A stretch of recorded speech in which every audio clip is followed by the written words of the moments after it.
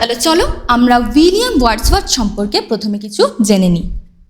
William ওয়ার্ডসওয়ার্থের জন্ম কখন হয়েছিল? 7 এপ্রিল 1770। কোথায় জন্মগ্রহণ করেছিলেন তিনি? ককারমাউথ, কাম্বারল্যান্ড, ইউকে কাম্বারল্যান্ড নামের একটি শহরে ককারমাউথ অঞ্চলে উইলিয়াম ওয়ার্ডসওয়ার্থের জন্ম হচ্ছে। তার বাবার নাম কি? জন ওয়ার্ডসওয়ার্থ, যিনি পেশায় একজন লয়ার ছিলেন, এবং তার মায়ের নাম হচ্ছে অ্যান কুকসন। এরপর আমরা দেখে নেব তিনি কোথায় পড়াশোনা করেছিলেন। Attended Hawkshead grammar school. William Wordsworth Hawkshead grammar স্কুলে ভর্তি হয়েছিলেন।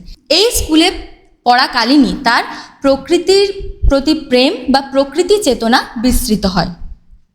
এরপর তিনি গ্র্যাজুয়েশন কোথা থেকে কমপ্লিট করছেন? Graduated from Saint John's College, কেমব্রিজের সেন্ট জনস কলেজ থেকে তিনি তার গ্র্যাজুয়েশন কমপ্লিট করছেন।